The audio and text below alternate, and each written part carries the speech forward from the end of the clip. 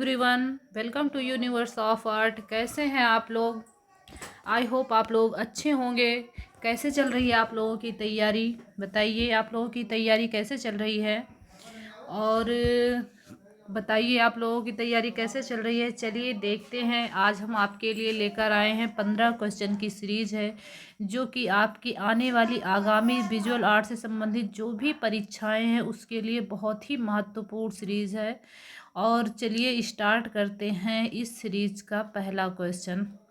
आपके एग्ज़ाम में ज़्यादा टाइम है भी नहीं और आप लोग दिन रात एक कर दीजिए, खूब मेहनत करिए जिससे कि आप अपने गोल को अचीव कर सकें। और चलिए देखते हैं हम अपने सीरीज़ का पहला क्वेश्चन देखते हैं। पहला क्वेश्चन क्या है हमारा? आनंद भवन नेहरू संग्रहालय कहाँ है? पूछा जा रहा है आनंद भवन नेहरू संग्रहालय कहाँ है। तो पहला ऑप्शन है आपका लखनऊ है, दूसरा है वाराणसी है, तीसरा है इलाहाबाद है, चौथा है अमेठी है। तो आप लोग बताएंगे आनंद भवन कहाँ पे है। आनंद भवन कहाँ पे है आप लोग बताएंगे। तो आपका आनंद भवन इसमें राइट ऑप्शन कौन सा होगा? ऑप्शन नंबर सी होगा। कौन सा होगा? Option number C. आनंद भवन नेहरू संग्रहालय कहाँ पे है? तो वो है आपके इलाहाबाद में। इलाहाबाद का क्या नाम है? प्रयागराज। क्या नाम है इलाहाबाद का? प्रयागराज। अर्थात आपका आनंद भवन कहाँ पे? आनंद भवन नेहरू संग्रहालय वो है आपके इलाहाबाद में। और लखनऊ से बताइए, लखनऊ किससे संबंधित है? लखनऊ आपके उत्तर प्रदेश का, लखनऊ जो है वो आपके लखनऊ में आपके उत्तर प्रदेश का प्रथम कला विद्यालय खोला गया था। प्रथम कला विद्यालय खोला गया था, जो कि किस सन में खोला गया था? 1911 या 12 में खोला गया था। और इसके प्रथम भारतीय कौन थे प्रिंसिपल? प्रथम भारतीय प्रिंसिपल कौन थे? तो प्रथम भारतीय प्रिंसिपल होंगे असित कुमार हल्दार। क्या होंगे? असित कुमार हल्दार होंगे। प्रथम भारतीय इसके प्रिंसिपल जो होंगे असित कुमार हल्दार होंगे। क्या होंगे? असित कुमार हल्दार होंगे। प्रथम भारतीय प्रिंसिपल कौन होंगे? असित कुमार हल्दार होंगे। और ये कब बने थे? ये कब आए थे लखनऊ प्रिंसिपल बन के? 1925 ईस्वी में। कब आए थे? 1925 ईस्वी में आए थे। कब आए थे? 1925 ईस्वी में आए थे। तो 1925 ईस्वी में कहाँ से आए थे ये? जयपुर कला विद्यालय से आए थे। जयपुर कला विद्यालय से आए थे। कहाँ से? जयपुर कला विद्यालय से। और जयपुर कला विद्यालय में कब प्रिंसिपल बने थे? 1924 ईस्वी में। यानी कि वहाँ से जयपुर कला विद्यालय से अर्थात बनस्थली विद्यापीठ से ये 1925 में डायरेक्ट कहाँ पे आते हैं? लखनऊ में आते हैं। और लखनऊ में आपके क्या होते हैं? प्रथम भारतीय प्रिंसिपल होते हैं, प्रधानाचार्य होते हैं। तो लखनऊ किससे संबंधित है? लखनऊ से ये सारी चीज़ें आपके संबंधित हैं। और यहीं पे देखिए वाराणसी में क्या है आपके, अर्थात आपके बनारस में। वाराणसी में क्या है? तो वाराणसी में आपके क्या है? भारत कला भवन है। क्या है? भारत कला भवन है। भारत कला भवन है। और इसकी स्थापना कब हुई थी? भारत कला भवन की स्थापना कब हुई थी? बताएंगे आप लोग। भारत कला भवन की स्थापना कब हुई थी? 1919 ईस्वी में हुई थी। कब हुई थी? 1919 ईस्वी में हुई थी। और 1919 ईस्वी में हुई थी भारत कला भवन की स्थापना। इसमें देखिए उसके बाद क्या देखते हैं कि किसने की थी? 1919 में किसने की थी? उसके बाद में आपके आते हैं रविन्द्रनाथ टैगोर ने। किसने की थी? 1919 में भारत कला भवन की स्थापना 1900 यानी कि बनारस में कला भवन की स्थापना 1919 में हुई थी। उसके बाद में फिर देखते हैं नेक्स्ट क्वेश्चन हमारा क्या है। नेक्स्ट क्वेश्चन है नंबर 2। उसके बाद इसमें क्या है? ट्रिम्प ऑफ लेबर किसकी कृति है? पूछा जा रहा है ट्रिम्प ऑफ लेबर किसकी कृति है। पहला है धर्मानी, उसके बाद है क्या है आपका? फिर राम किंकर बैज है, उसके बाद है शारदा चरण उकील है, फिर नेक्स्ट है आपका टीपी राय चौधरी है। तो ट्रिम्प ऑफ लेबर किसकी कृति है, अर्थात किसकी मूर्ति है ट्रिम्प ऑफ लेबर? तो इससे कौन संबंधित होगा? आप सही ऑप्शन बताएंगे। सही ऑप्शन कौन सा होगा? आपके डीपी राय चौधरी होंगे। कौन होंगे? डीपी राय चौधरी होंगे। तो डीपी राय चौधरी होंगे। और ये ट्रिम्प ऑफ लेबर अर्थात इसे क्या कहा जाता है हिंदी में? श्रम की विजय। श्रम की विजय, श्रम की विजय, इसे क्या कहते हैं? श्रम की विजय कहते हैं। उसके बाद देखिए, श्रम की विजय कहते हैं। और ट्रिम्प ऑफ लेबर में क्या दिखाया गया है? एक राजमिस्त्रियों के समूह को किसी पत्थर को ढकेलते हुए दिखाया गया है। एक राजमिस्त्रियों के समूह को, ये भी क्वेश्चन आता है कि ट्रिम्प ऑफ लेबर में क्या दर्शाया गया है? तो राजमिस्त्रियों के एक समूह को, एक समूह है राजमिस्त्रियों का जो कि किसी पत्थर को, क्या कर रहा है? धकेलते हुए ले जा रहा है। उसके बाद देखिए, शारदा चरण वकील हैं। शारदा चरण वकील ने आईफैक्स से किस पत्रिका का संपादन किया था? शारदा चरण वकील जो हैं, उन्होंने आईफैक्स से किस पत्रिका का संपादन किया था? तो वो किया था रूपलेखा का। किसका? रूपलेखा का किया था। रूपलेखा नामक पत्रिका का संपादन आईफैक्स से किसने किया था? शारदा चरण वकील ने किया था। उसके बाद देखिए, नेक्स्ट क्वेश्चन हमारा कौन सा है? चलिए अपने नेक्स्ट क्वेश्चन पे आते हैं। नेक्स्ट क्वेश्चन है हमारा, राष्ट्रीय आधुनिक कला वीथिका कहाँ है? राष्ट्रीय आधुनिक कला वीथिका कहाँ है? पहला है आपका मुंबई, दूसरा है जोधपुर, तीसरा है जयपुर, चौथा है गोवा। तो इसमें कौन सा ऑप्शन सही करेंगे आप लोग? कौन सा ऑप्शन सही होगा? राष्ट्रीय आधुनिक कला वीथिका पूछा जा रहा है, कहाँ पे है? तो ये सही ऑप्शन होगा ऑप्शन नंबर ए, अर्थात मुंबई में। राष्ट्रीय आधुनिक कला वीथिका कहाँ पे है आपका? मुंबई में है। उसके बाद चलिए नेक्स्ट क्वेश्चन पे देखते हैं। नेक्स्ट क्वेश्चन हमारा कौन सा है? नेक्स्ट क्वेश्चन है, रेम्ब्रांट किस लिए प्रसिद्ध है? पहला ऑप्शन ए है व्यक्ति चित्रण, बी है भू चित्रण, उसके बाद है सी अचल चित्रण, चौथा डी अर्थात आपका क्या है? अमूर्त चित्रण। तो रेम्ब्रांट यहाँ पे क्वेश्चन में पूछा जा रहा है, रेम्ब्रांट किसके लिए प्रसिद्ध है? अर्थात रेम्ब्रांट की प्रसिद्धि जो रही है वो किसके लिए रही है?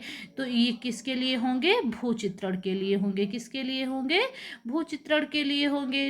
रेम्ब्रांट किसके लिए होंगे? रेम्ब्रांट की प्रसिद्धि जो है यहाँ पे होना चाहिए था, रेम्ब्रांट जो है वो व्यक्ति चित्रण के लिए प्रसिद्ध हैं। किसके लिए? व्यक्ति चित्रण के लिए। अर्थात रेम्ब्रांट की प्रसिद्धि जो रही है वो व्यक्ति चित्रण के लिए। इन्होंने क्या किया? अपने जीवन काल में 62 आत्मचित्र बनाए हैं। अपने 62 आत्म चित्र बनाए हैं। रेम्ब्रांट ने अपने 62 आत्मचित्र बनाए हैं। इनकी एक फेमस कृति है द नाइट वॉच। क्या है? द नाइट वॉच है। द नाइट वॉच इनकी प्रसिद्ध कृति है, जो किस सन में बनी थी? 1932 ईस्वी में बनी थी। किस सन में बनी थी? 1932 ईस्वी में। इसी को क्या कहते हैं? रात्रि के प्रहरी। रात्रि के प्रहरी, इसी को क्या कहते हैं? रात्रि के प्रहरी। और रेम्ब्रांट ने क्या किया था? 62 आत्मचित्र अपने जीवन काल में स्वयं के ही 62 आत्मचित्र बनाए थे। उसके बाद चलिए देखते हैं नेक्स्ट क्वेश्चन हमारा कौन सा है।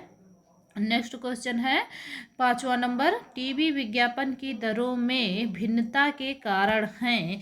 पहला है समय विशेष पर प्रसारण, दूसरा है प्रसारित कार्यक्रम का स्वरूप, तीसरा है समय सीमा, चौथा है उपयुक्त सभी।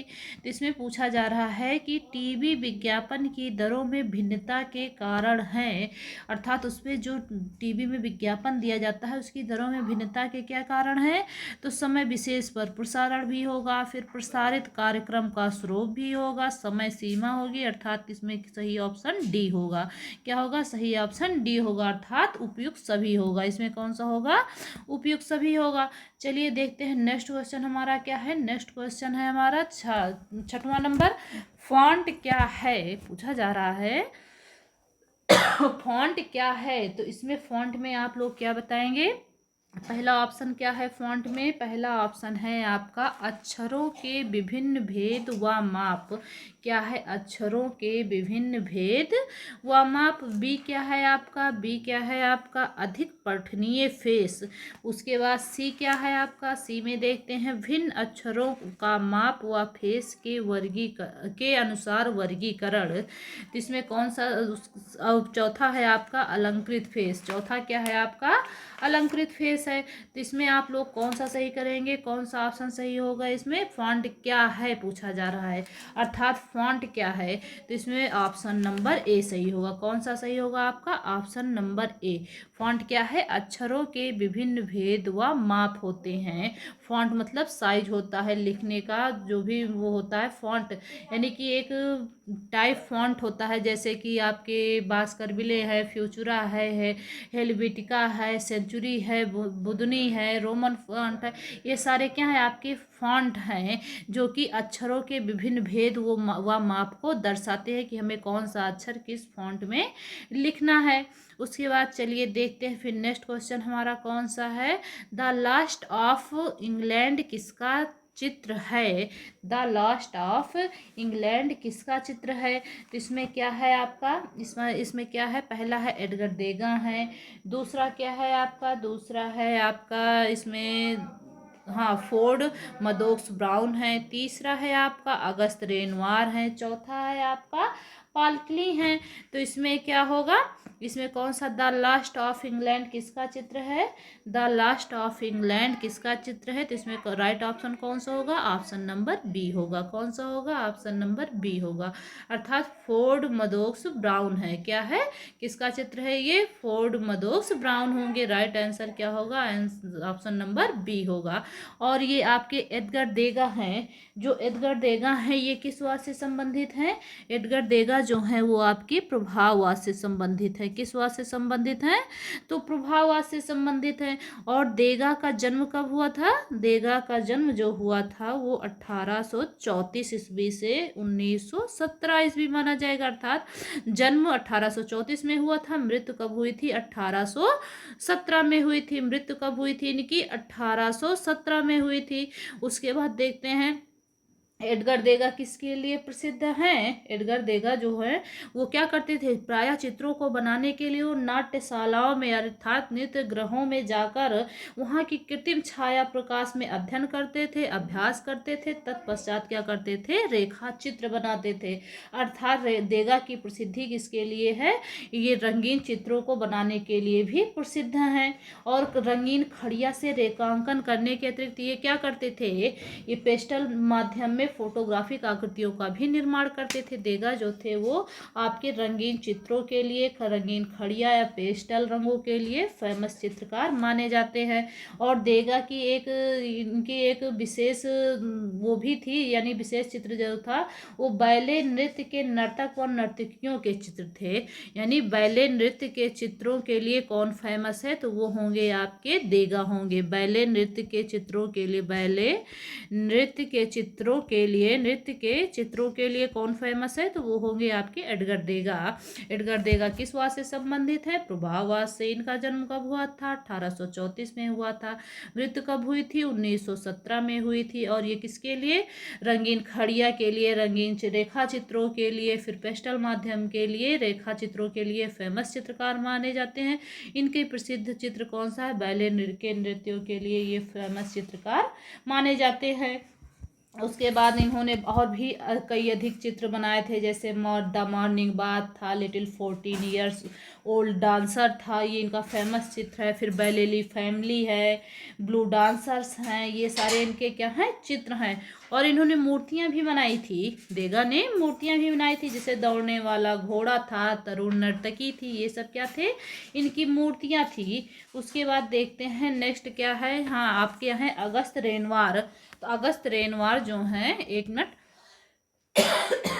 सॉरी, उसके बाद अगस्त रेनवार है। अगस्त रेनवार भी किससे संबंधित है? आपके प्रभाववाद से संबंधित थे। किससे संबंधित थे? प्रभाववाद से संबंधित थे। अगस्त रेनवार जो थे आपके किससे संबंधित थे? प्रभाववाद से संबंधित थे।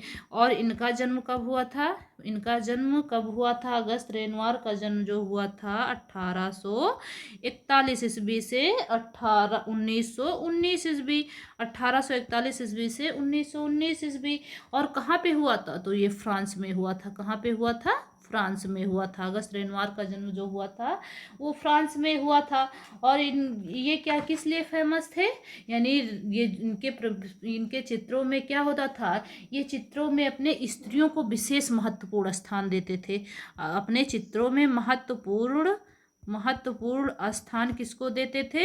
तो ये स्त्रियों को देते थे। किसको देते थे? स्त्रियों को देते थे। इनकी प्रसिद्धि का कारण क्या था? इनका एक फेमस चित्र था। इनकी प्रसिद्धि का कारण जो था, इनका एक फेमस चित्र था कारपेंटर के पारिवारिक चित्र। क्या था? कारपेंटर के पारिवारिक चित्र। कारपेंटर के पारिवारिक चित्र क्या था? इनका एक प्रसिद्ध चित्र था और इनकी प्रसिद्धि का कारण भी यही चित्र था। और इनके भी अन्य चित्र हैं, जैसे है स्नान मग्ना युवतियाँ। स्नान मग्ना युवतियाँ, फिर ग्रामोफोन वाली स्नान मग्न युवती है, पियानो पर दो लड़कियां हैं, फिर dance at the Moulin de la Galette है, यानी कि ग्रेट बाथर्स हैं। ये सब इनकी महत्वपूर्ण कृतियां मानी जाती हैं। वहीं पे देखिए आपका क्या है, आपके हैं फिर पालकिली हैं। ये पालकिली किस वाद से संबंधित हैं? तो पालकिली आपके किस वाद से संबंधित होंगे? ये पालकिली आपके अभिव्यंजनावाद से संबंधित होंगे। किस वाद से संबंधित होंगे? अभिव्यंजनावाद से संबंधित होंगे। और अभिव्यंजनावाद का प्रारंभ कब हुआ था? किससे संबंधित हैं? अभिव्यंजनावाद से। अभिव्यंजनावाद से संबंधित है। इसका प्रारंभ कब हुआ था? 1905 ईस्वी में हुआ था। 1905 या 6 माना जाता है।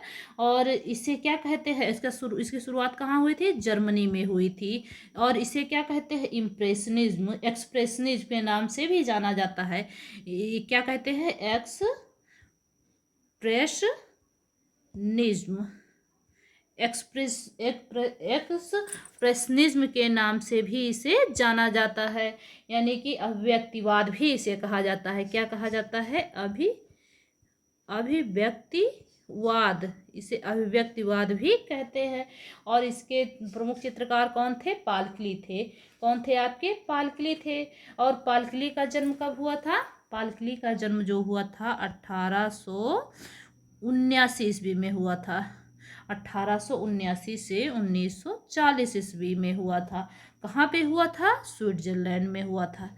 कहाँ पे हुआ था? स्विट्जरलैंड में हुआ था। स्विट्जरलैंड में हुआ था। और इन्होंने क्या किया था?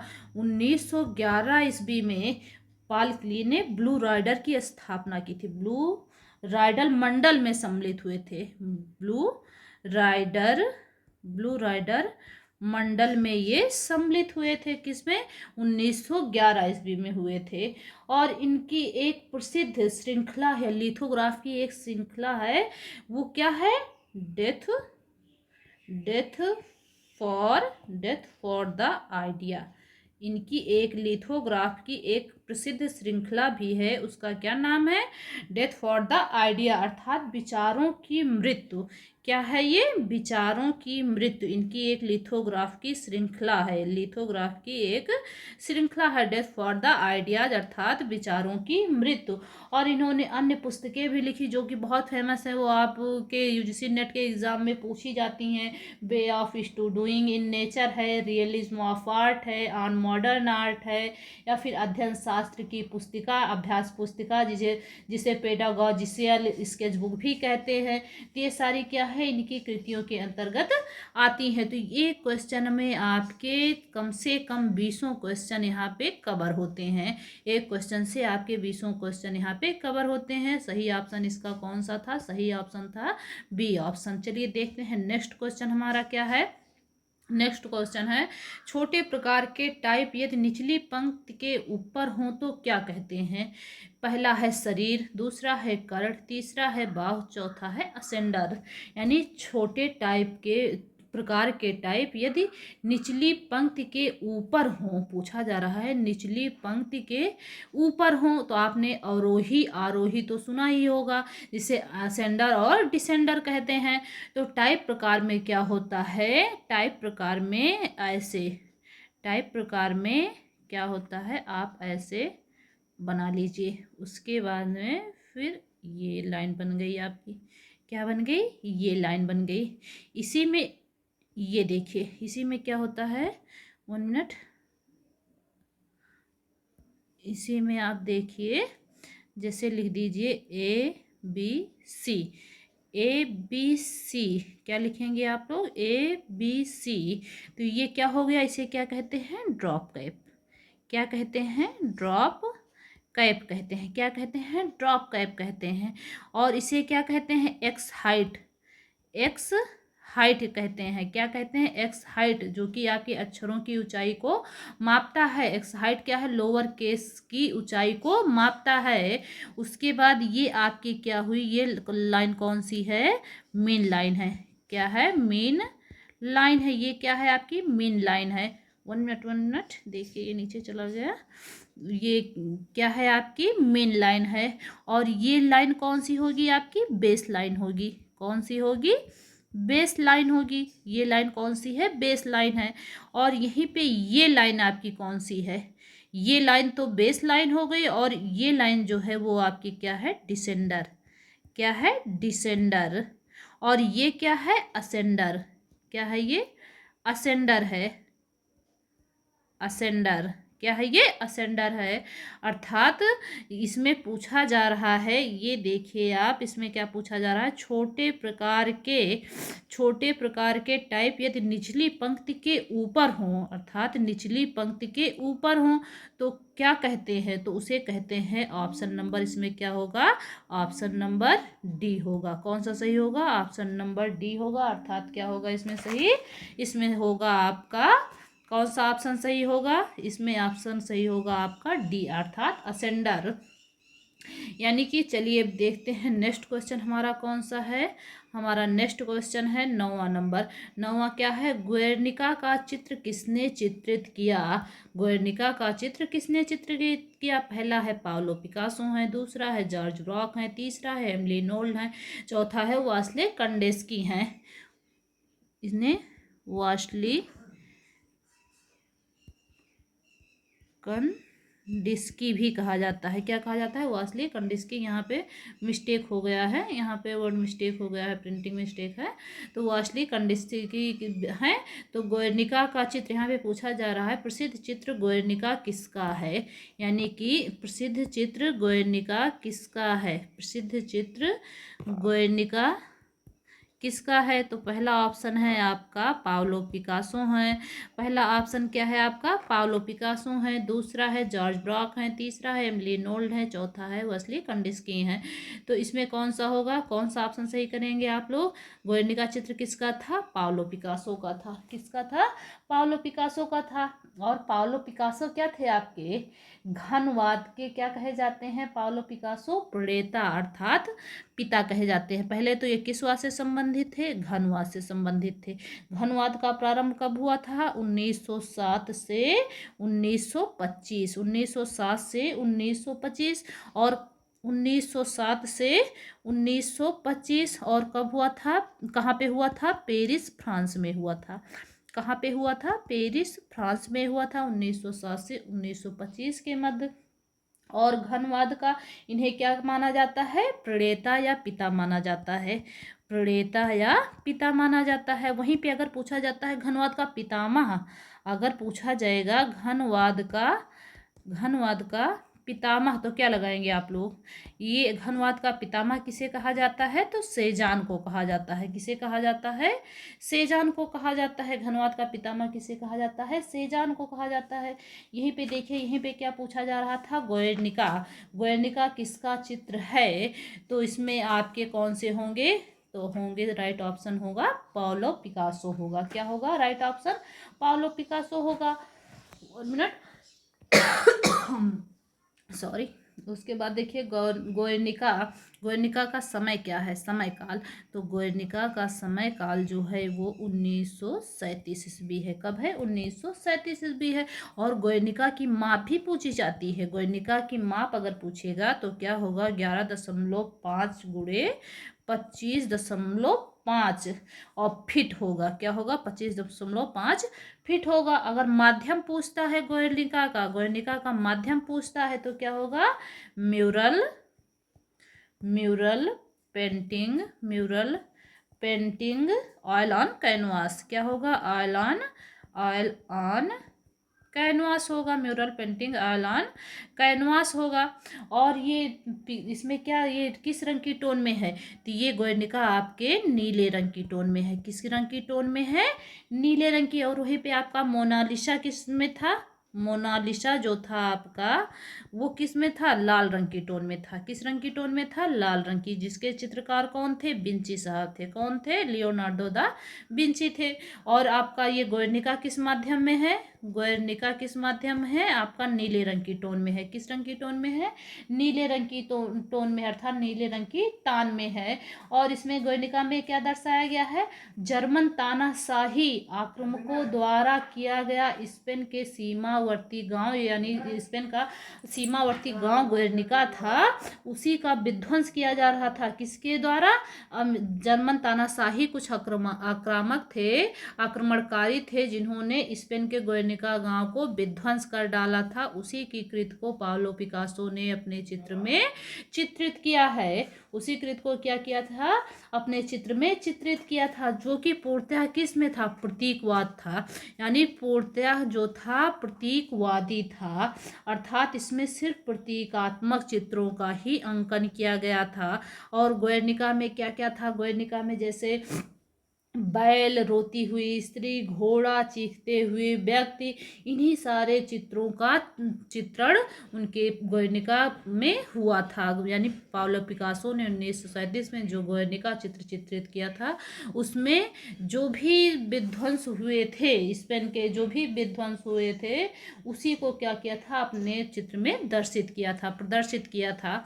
चलिए देखते हैं जॉर्ज ब्रॉक क्या थे। जॉर्ज ब्रॉक भी घनवास से ही संबंधित कलाकार थे। जॉर्ज ब्रॉक क्या थे, घनवास से संबंधित कलाकार थे। और जॉर्ज ब्रॉक का जन्म कब हुआ था, जॉर्ज ब्रॉक का जन्म 1882 ईस्वी में हुआ था। ये भी घनवाद की प्रथम प्रदर्शनी जो आयोजित होती है, उसमें पाब्लो पिकासो के साथ ये आयोजन में थे, अर्थात उनके साथ सम्मिलित थे। पाब्लो पिकासो के साथ सम्मिलित इनके भी अनेक चित्र मिलते हैं। चलिए देखते हैं नेक्स्ट क्वेश्चन। और एमिली नोल्ड किससे थे आपके संबंधित, अव्यंजनावाद से संबंधित थे। एमिली नोल्ड से कौन सा भारतीय कलाकार प्रभावित था, तो रविन्द्रनाथ टैगोर थे। रविन्द्रनाथ टैगोर थे। रविन्द्रनाथ टैगोर किससे प्रभावित थे, तो एमिली नोल्ड और पालकिली से प्रभावित थे। उसके बाद फिर देखिए नेक्स्ट क्वेश्चन हमारा कौन सा है। नेक्स्ट क्वेश्चन है हमारा, मोलाराम कहाँ का चित्रकार था। पहला है कोटा, दूसरा है जम्मू, तीसरा है गढ़वाल, चौथा है भोपाल। तो इसमें सही ऑप्शन कौन सा होगा आपका, मोलाराम कहाँ से संबंधित थे, तो गढ़वाल शैली से संबंधित थे। कहाँ से, गढ़वाल से। और गढ़वाल किसके अंतर्गत आता है, आपकी पहाड़ी के अंतर्गत आता है। गढ़वाल की विशेषता क्या थी, यानी पुरुषों और स्त्रियों के मस्तक पर, पुरुषों और स्त्रियों के मस्तक पर चंदन का टीका। यहाँ की प्रसिद्धि का कारण क्या था, पुरुषों और स्त्रियों के मस्तक पर चंदन का टीका गढ़वाल की फेमस यानी प्रसिद्धि का कारण था। और गढ़वाल किसके अंतर्गत आता है, पहाड़ी के अंतर्गत आता है। इसके प्रसिद्ध चित्रकार कौन है, मोलाराम है। उसके बाद चलिए देखते हैं नेक्स्ट क्वेश्चन। कोटा आपके शिकार से संबंधित है, शिकार दृश्यों से संबंधित है। फिर नेक्स्ट क्वेश्चन है हमारा, आज हमारे इस सीरीज में 15 क्वेश्चन है। उसके बाद इसमें 11वां क्वेश्चन क्या है, इनमें से कौन उष्ण रंग है। उष्ण को क्या कहते हैं, गर्म भी रंग कहते हैं, गर्म रंग भी कहते हैं। तो इसमें पहला है नीला है, हरा है, बैंगनी है, लाल है। इसमें पूछा जा रहा है उष्ण रंग कौन सा, अर्थात गर्म रंग कौन सा है। तो इसमें कौन सा ऑप्शन सही करेंगे आप लोग, कौन सा ऑप्शन सही करेंगे बताइए। ऑप्शन नंबर सी सही हो, डी सही होगा आपका। कौन सा होगा, ऑप्शन नंबर डी होगा। कौन सा ऑप्शन, ऑप्शन नंबर डी, अर्थात लाल रंग जो है वो गर्म रंग की श्रेणी में आता है। लाल रंग जो है वो गर्म रंग की श्रेणी में आता है। लाल पीला क्या है आपका, लाल पीला हरा, ये सारी लाल पीला जो है नारंगी, ये सब आपके गर्म श्रेणी के अंतर्गत आते हैं। उसके बाद चलिए देखते हैं फिर आपका है नेक्स्ट क्वेश्चन, सम्राट शाहजहां की पत्नी कौन थी। पहला ऑप्शन है आपका नूरजहां, दूसरा शाहबानो, तीसरा मुमताज महल, फिर चौथा है आपका सरताज बानो। तो इसमें सही ऑप्शन कौन सा होगा, शाहजहां की पत्नी कौन थी, तो ऑप्शन नंबर सी सही होगा। कौन सही होगा, ऑप्शन नंबर सी, अर्थात मुमताज महल। क्या नाम था इनका, मुमताज महल।